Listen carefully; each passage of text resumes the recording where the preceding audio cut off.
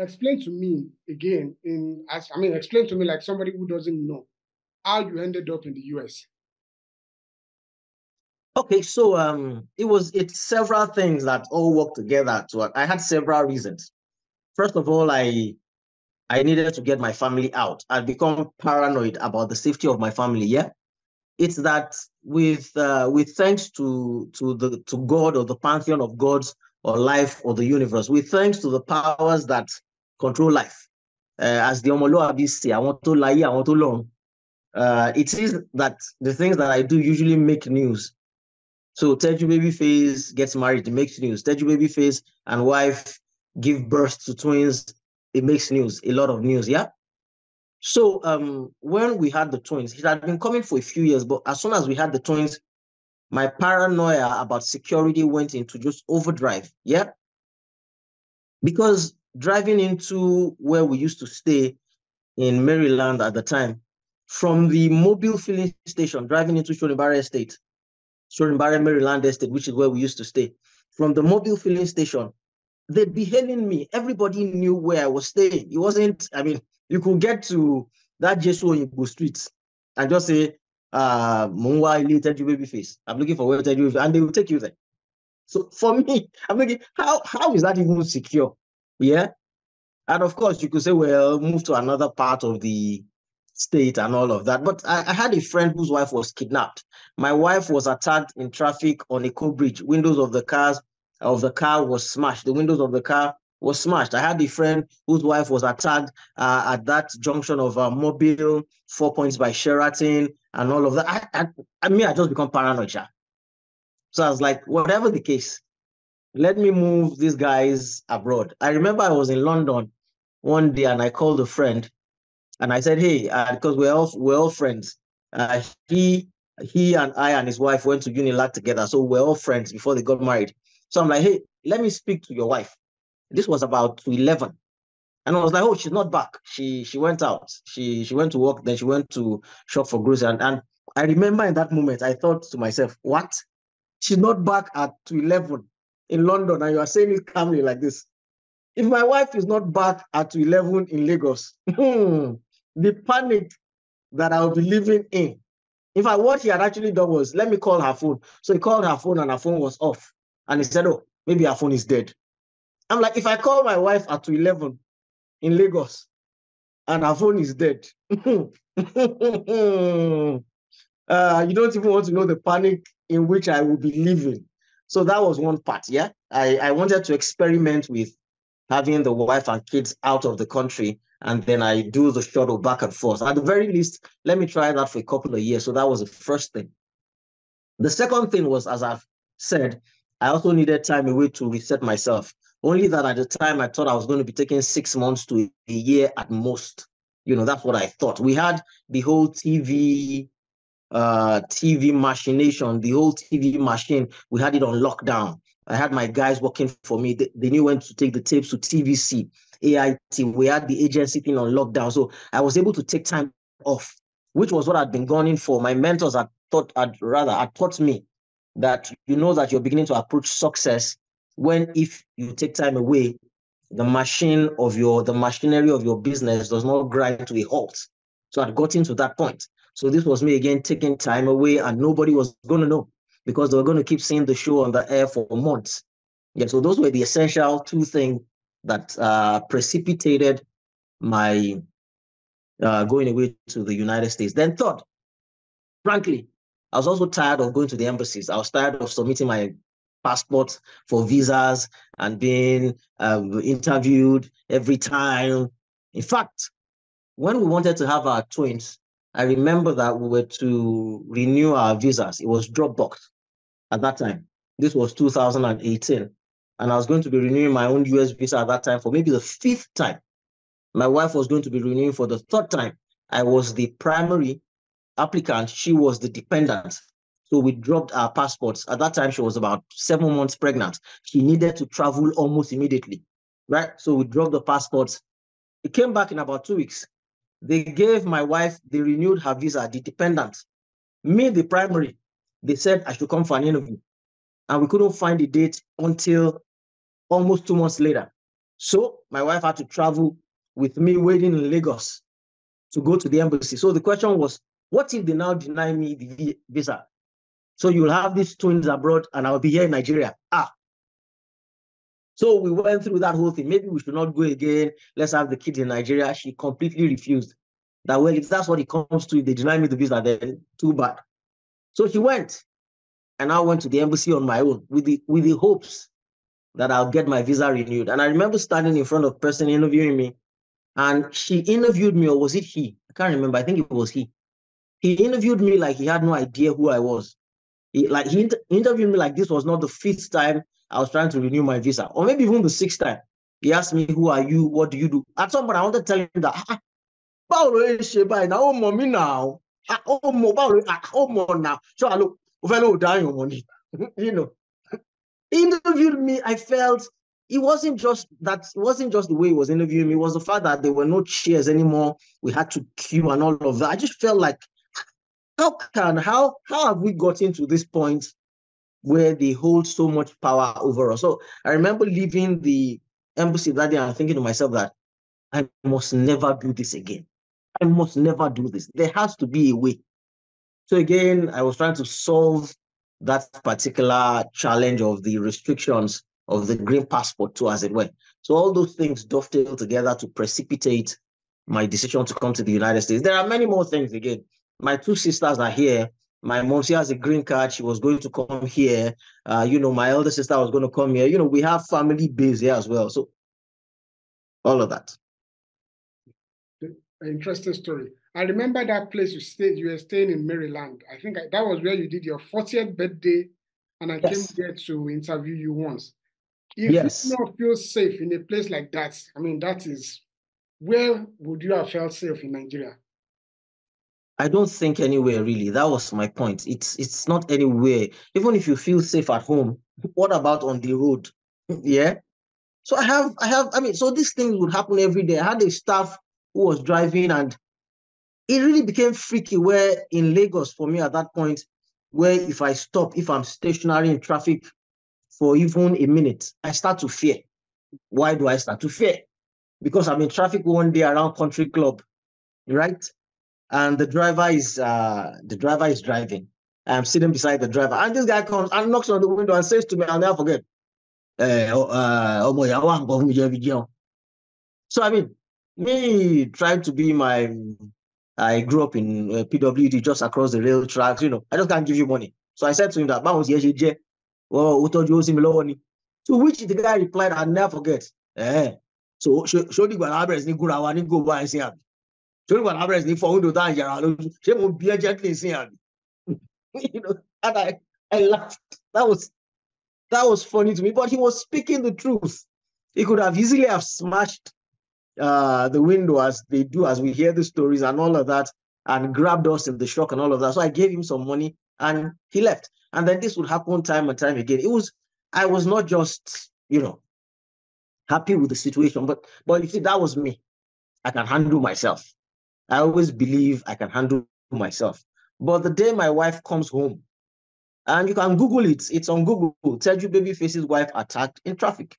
The day my wife came home, and the shards and the crystals of the shattered window of our SUV was on her, and they are stealing her bag and all of that. I just lost it, right? But I finally went into the paranoia overdrive when the twins were born. So if the twins had been in the car that day and they had smashed the glass, so that is how the shards of the glass would have, just washed on them. The projectiles would have hurled into these babies. That's 2 babies you're carrying. I mean, I just couldn't handle that anymore. So to now live that type of life in Nigeria that I would want, I would now have to employ mobile policemen and that whole, how it goes now. Mobile policemen and all. Who wants to live like that? Who wants to live like that? So I don't think it was a question of moving anywhere. And again, by myself, I am okay. But my wife Toby has always been like that. Toby is not a sit-at-home person, which is probably why I married her. Toby is very productive. She's very proactive. She's on the move. She's going to see a friend here. She's going to see somebody there. She's going to do an event there. She's always, Toby is that person. Toby is the person that believes that life is good, let's walk and all of that. So she's always out here going to do this, do that, do that. I'm the one who stays at home. So she's doing that with twins. And a lot of people know that I have twins. I think to myself, how hard is it for a criminal to think to himself that, okay, this is where Teju Babyface lives. We know he goes out, his wife goes out, usually every day about this time. They have twins. And I've watched the show. He knows many important people. Even if he claims he doesn't have the money. How about all these big people that he brings on the show? There's no how we will kidnap his wife and kids, and they won't bring money together to do it. So let's do it. That freaks me out. So that's it. Okay, now, how easy? Okay, so now you're in the US now, and I've had you interview people. I've watched a lot of your podcasts, and they tell you what the experience has been like. Some of them not so easy. Oh, by the way, sorry to cut in. Just to add to that thing that I say, people often say stuff like, and I believe this comes from a place of lack of thinking before speaking.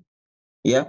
But we live in the world of social media where people will rush to speak before they think, as you can imagine, right? So they will say stuff like, but no way is safe in the world. It's not as if America is perfectly safe. But that is actually correct. They're very correct. But it is a lack of depth of thought that makes them rush to ask that question. Because if you think about it, you will understand that we're not talking about the same thing, really. Because there's a reason why you did not ask me that question when I said that. It is because you are able to process thought. Your thought processing unit works at a high speed. So that's why you didn't ask me that question. Because anybody who thinks or anybody who has sense will realize that, yes, indeed, there's nowhere that is safe in the world. However, there is accountability. There's accountability and there's lawlessness. It is in this same US that gunmen take guns and go to school. People take guns and go to schools and kill kids, right? They kill teachers, they kill kids indiscriminately in the same US. So there's nowhere that is safe. In fact, when your kids leave for school, there's a degree to which you pray and say, God, please let them come back in the same US. However, there is accountability. As imperfect as the system is or might be, there is the understanding that this is not normal. Yeah. It is that when my wife was attacked in traffic in Lagos, for instance, and it was all over the news, not a single person in authority, not one person reached out to me. Friends did, friends from the UK did, friends from the US did, family members did. Not a single person in authority said, hey, this is Teju Babyface's wife. Let's reach out. Not one person. In fact, the clincher was that just about 300 feet from where they were attacked, there was a police checkpoint. And so my wife said that when they drove to that point, they said to the policeman, how can you claim not to have seen us attacked there? And the policeman said, well, we didn't see. Not only that, the policeman said that, well, there's a police station down the bridge there in Igomu. Go and report. It's just so for me, it was the fact that it seems that lawlessness. If you come now and you tell anybody in Lagos that your window was smashed in traffic, that is so what? So what? So what? Do you know how many times that happens on a daily basis?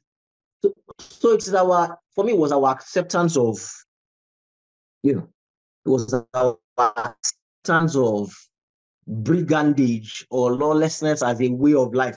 I think that was what got to me. So I just need to be clear. There are no perfect places on the face of the earth, but it is the attitude of the people and the systems to the imperfectness of the system. That is what determines societies that are sane and societies that are not insane. That's just different. The attitude, the response, the reaction. Here you are, Teju, you are in the US now. Was it easy? I mean, you just went into the system. You didn't have to go through anything. All the system, everything was waiting for you. It was plug and play. It is you now, Teju. Abi? Well, the immigration part of it, the being legal in the country part of it was easy. I came with what is known as an exceptional ability visa because I am who I am. So we never had any problems. In fact, as I told you, I had the US valid visa already in my passport. So when they say JAPA, I laugh at them. JAPA is for people who had visiting visas and they ran away. Jackpot is not for me who had visiting visas going back 10 to 12 years and then applied for an exceptional ability visa in addition to my visitor's visa. In fact, it was when we got in that the guy at the immigration in the US looked at my visitor's visa, my wife and I, and looked at our exceptional ability visas and then canceled the visitor's visa that was still valid. Yeah. So as far as the immigration into the system was getting legal, I mean, that was all the way from Lagos. Again, this is me. I would never have left Nigeria in the first place without sorting that out.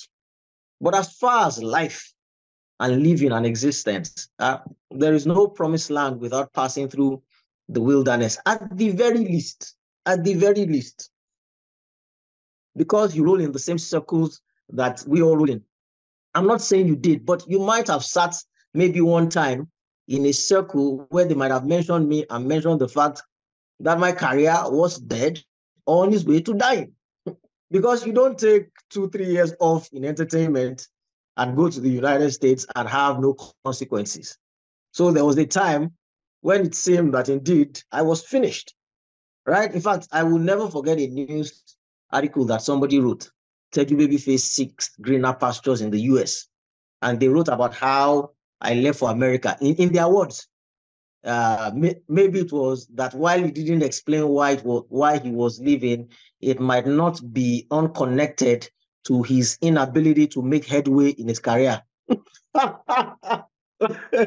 Almighty, me, inability to make headway. Now I can laugh about it now, but at the time that it came out, it wasn't funny because it was during that time that I was really silent and I didn't know what to do next. It was a case of it was COVID. I couldn't go forward and I couldn't go backward to Nigeria. I couldn't go back and do the show. And I didn't know what to do here in the United States. And I'd spent nearly all my Naira savings. At this point, we're exchanging Naira at over 400 to dollars. I had a wife who was not working and twin children in the United States. And this is a year and a half, almost 2 years down the line. Please, you to do the math now for me. So my savings and my reserves were just about gone. I was almost done and finished, right? And then this news report came out. The Yoruba say, "Bi ìyà ńlá bá ṣán ni mọ́lẹ̀, ìyà kéékèèké náà, a máa gorí ẹni." So while I'm trying to figure out this existential crisis of my life, then that news report came out that I left because I wasn't making headway with my career and all of that, which makes sense. Who leaves all of that Teju Babyface show behind and then comes to the United States, right? So yeah, there were those existential crises for me. What are we going to eat? What are we going to drink? How are we going to move on and all of that, So there were times when it was really, really close. When it was close, again, what begins to mess with your mind is the rent system. By the time you pay rent here for 6 months, it occurs to you that, the amount of money I've spent on rent here, I would have used it to buy a house in any part of Lagos. Or if I was paying rent, I'd have been living in Banana Island. This is what I've just spent on rent in this just middle class neighborhood in the United States. Right? So there you are kind of stuck. You realize that the system is good for your family. Your kids have better healthcare. You're able to walk with them on the street. You're able to take them to the playground. You're able to be involved in the life of your kids. You're able to live in a house where you don't have fences, you don't have burglary and all of that. Again, I go to that whole Nigerian thing where people say, well, there's no way that is safe. Again, observations that come from, I don't want to be insulting, but observations that come from a place of lack of thought process. This is my house without burglary on the window. And you are telling me that because there's nowhere that is safe, where I'm coming from and where I am are comparable. Where in my place, I have to have a fence and burglary proof and may guards and police at the gates. You're actually willing to compare this. Anyway, I digress. So yes, it wasn't always seamless. And in the bid to make money, you get insulted in subtle ways and not so subtle. Because people assume that for you to have come to the United States must mean that you are finished. So Nigerians here, they offer you MC gigs. They will pay you 200. They will pay. Somebody once offered me $50. As far as she was concerned, yes, to come and MC a party. So it's a real humbling experience. And then they tell you stuff like, well, we have another MC that we're going to use, but somebody mentioned that Teju Babyface is here now. So since he's here now, yes, he should be able to do it. So we just said, look, if you're not doing anything, we have our MCO. In fact, my event planner was even saying to me that, Teju Babyface, I don't know if you can MCO, but you know, well, I just said, so our budget was $50, but because they said it's you, we'll give you 150. And you're like, me, you know. So these things happen. It wasn't easy. But the way to the promised land was never going to be easy anyway. So you keep motoring on. And as I said, when I go back to the beginning, part of the harvest of all of that, or part of the product of all of that, or part of the end product of all of that is that we're now in the era where I'm now podcasting, which is the way that I should actually have gone. But I would never have come to that decision if I'd never left Nigeria and gone through that period. So yes, it wasn't easy, but I didn't have to take up employment. And I'm not judging those who did. In fact, it's in Yoruba that I can say it's me ofi. You know, I just I couldn't, even if I wanted to. My exceptional ability visa had strict terms. You are Teju Babyface, you are the king of talk, you're a comedian, talk show host. That is what you said you're coming to do. That is why you're here. So do that. Yeah, so I didn't even have the little, who knows? Maybe during the darkest days and the darkest nights, maybe I would have been tempted to go and find something to do, but I never had to deal with that. I never had those options anyway. So yeah. So specifically, what did you do? You said? I said specifically, what did you do? Oh, nothing. I was just here. I mean, like I said, there was look, the Teju Babyface show really did well. Yeah, it did well. In fact, it did better after I left, which was one of the things that messed with my head again. The Teju Babyface show did better after I left.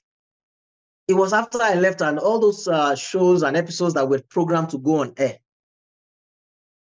they just took off with advertising after I left. The money just took off, yeah? So this is the part where you start asking about life. Was this an action of the gods who now knew that I was in America and would need more naira to convert to dollar? So was this a largesse of the gods who now increased our earnings on the Teju Babyface show so that could happen? Or should I never have left? Did I make a mistake by leaving? Should I have stayed? And then this increased largesse in earnings would have enabled me to do more in Nigeria with the Teju Babyface show. So the resistance in your mind comes to mess with you big time at this point. Yeah. So I was there thinking again that, did I make a mistake by leaving? This during COVID. So there was that money coming in from that. So I never had to take up employment or really think about it at any point in time. Really, I never. It was just that money. At some point, we had to tighten our belt, batten down the hatches, stop spending on frivolities, cut down expenses here and there, as you might imagine. Yeah, but that was essentially it. It was entertainment. And then the things I was doing here as well. Remember again that I republished my 2 books as 1 volume again. I was clear, even though I had my moments of doubt, but I was always clear that my constituents and the constituency that I was supposed to serve was Nigeria and Nigerians, and Africa as an extension. Everything about me speaks to that. In this chart alone, I must have employed several proverbs. I'm going to employ another saying, Umi Nigeria animo buwe onimo bumu. I am sent to those people. I've never been in doubt of that. What has been clear to me, or the area in which I've now gained further clarity, is that I don't necessarily have to be in Nigeria, the geographical space, every time. Technology advancements have now afforded us the opportunity to be able to touch Nigerians all over the world, regardless of location. And once I came to that realization, then that began to form the basis and the thesis for which I started to do the other things that I needed to do. I say all of this to say that, so going to get employment in another place in the United States, from what I could see, I knew that was going to take me away from that drive, because that sucks you in. you always need to be on point with that. You don't want to be fired. You want to get promoted. You want to be the best. So it's the case of not being able to serve two masters at the same time. Some people seem to have managed it well, but for what I was called to do, it seemed that it would be hard for me to do that. So I wasn't really considering it. And as I've said, I didn't even have the options anyway. How easy is it for you to get the people, to get guests on your podcast? Fortunately for me, again, this is where so with all humility, I am who I am. All these years that I've spent in the industry, you build up not only relationship capital, you also build up reputational capital. It occurred to me when I started the podcast, and this is one of the reasons why you have to defeat resistance in your head and do whatever you need to do. Even if you're wrong, give it a try first. That's if anybody watches this and they want to take just one thing away from this. If you have an idea and you're convinced you should do it, regardless of how fearful you are, try it. If it's not going to work, you're going to know once you do it. Yeah, as I told you, I always thought that stopping the big Teju Babyface show would be a step down and that nobody would accept any other thing from me. Come to find out that there are guests who have just always wanted to be interviewed by Teju Babyface, regardless of where he does it. They just want to speak to him, right? So with the relationship capital that one has built over decades in the industry, with the reputational and professional capital that one has also built, it's not been very hard, actually. It's you call people up and they're like, yeah, let's do it. The challenge has been more of trying to coordinate time zones and technologies and all of that. See, we've had about 2 or 3 breaks now. Yeah, it's not always easy to do those things. Yeah, so the people themselves are not a problem. Okay, and I must also say to you too that I'm also honored that you're speaking to me right now. I know that you normally don't grant interview. I'm not even sure you've granted any interview any TV interview since you relocated.